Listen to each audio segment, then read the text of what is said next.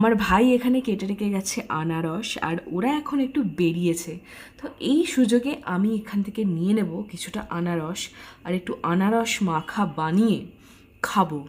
তো এখানে আমি নিয়ে নিয়েছি আমার বাটি, এটার মধ্যেই আমি কিছুটা আনারস তুলে নেব। আমি নিয়ে নিচ্ছি কিছুটা আনারস, এই বাটির মধ্যে আগে নিয়ে নিই, দাঁড়াও। তারপরে লাস্টে এর মধ্যে কী কী অ্যাড করবো সেটা তো আমি তোমাদেরকে দেখাবই। একদম সন্ধ্যের একটা মুখরোচক খাবার আমার এখানেই হয়ে যাবে। একটু বেশি করে নিয়ে নিই, কি বলো?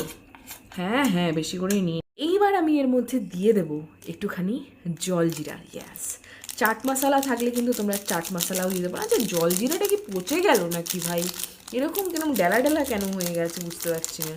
যাই হোক, অল্প অল্পই দিই বাবা, পচা জিনিস হলে আবার খেয়ে আবার আমার শরীর টরীর খারাপ করলে মুশকিল আছে, তখন চুরির কর্মফল ভোগ করতে হবে আর কি। এবার আমি একটুখানি দিয়ে দেবো বিট নুন।